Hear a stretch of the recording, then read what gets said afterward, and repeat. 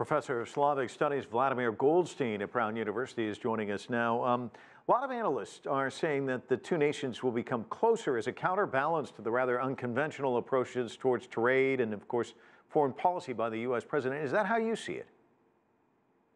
Absolutely. That's exactly what's going on. That these two countries have been working and moving toward each other, with a very steady pace.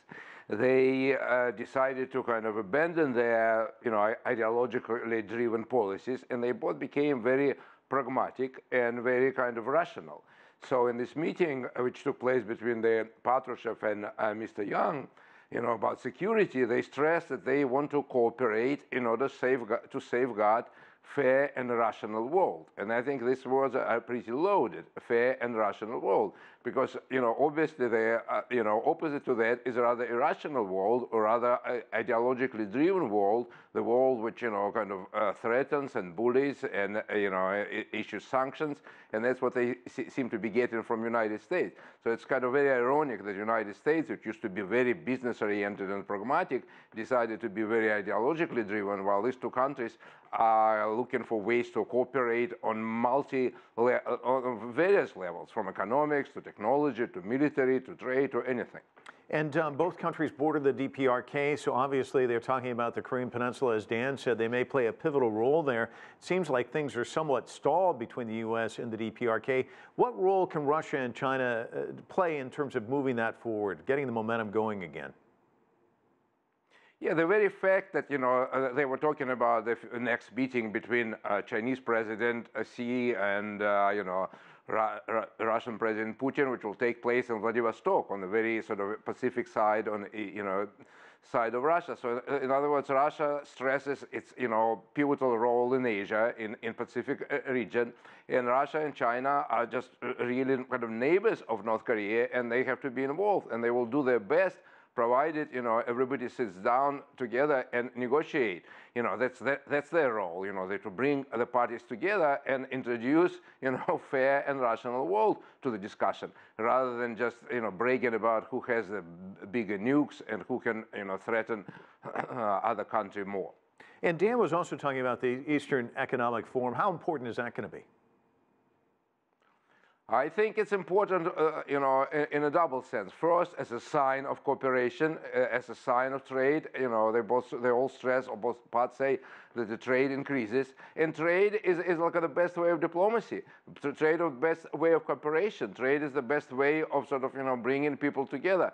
So I think definitely the movement in this direction, but also the movement in sort of when you trade and you make profits, you want to make sure that everything is kind of secure. So it's also connected to security and connected to mutual understanding and mutual support. So I think it's and we know that presidents of those two countries, Russia and China, meets more or less twice a year. They do their best, and they just show the model of cooperation of countries which, by the way, relatively recently viewed each other as rivals. There was even military skirmishes. So that's the way sort of to move ahead. Yeah, you were talking about once seeing themselves as rivals. It's interesting.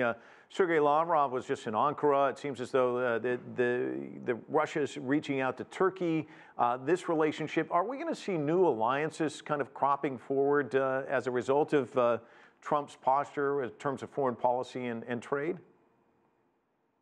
Absolutely. I think that Russia, learned from the examples of Soviet Union, and I suspect that, China learned from, previous examples too, that you cannot be ideologically driven. You cannot just keep all your eggs in one basket. You have to sort of have compromises, and you have to sort of do the understanding of, all the players involved. So Russians are not going to just bet only on, say, Iran against Turkey, only in Turkey against Israel, only in Israel against, something else. So they're trying to sort of, find, mutual sort of spheres of cooperation and agreement. So we're going to see much more of that. And a lot of countries want this, actually. They don't want to be, told what to do. They don't want to be threatened. So they all push into this, polar world. So Russia and China will play a tremendous role in this in the future. And they also talked about the Middle East and the Iran nuclear deal, which, of course, the U.S. president has backed away from. Where are other areas where you see cooperation between these two countries? Yeah, definitely both, North Korea and Iran, but also sort of to secure, to secure sort of we talked the other day, to secure the peace, not only just on Earth, but even in space. United States, beefed up its Pentagon, budget. It wants to breaks the agreements which exist about open space with Russia and and dominate, both the sea and the space vis-a-vis Russia, vis-a-vis China. So this is bordering on irrational. It's bordering on on another arms race. So I think these two countries have to get together and more or less bring the United States to the table and say there are much better ways of spending money than on endless military races, which actually can result in a real war. Brown University's Vladimir Golstein joining us from Providence, Rhode Island. Thanks so much.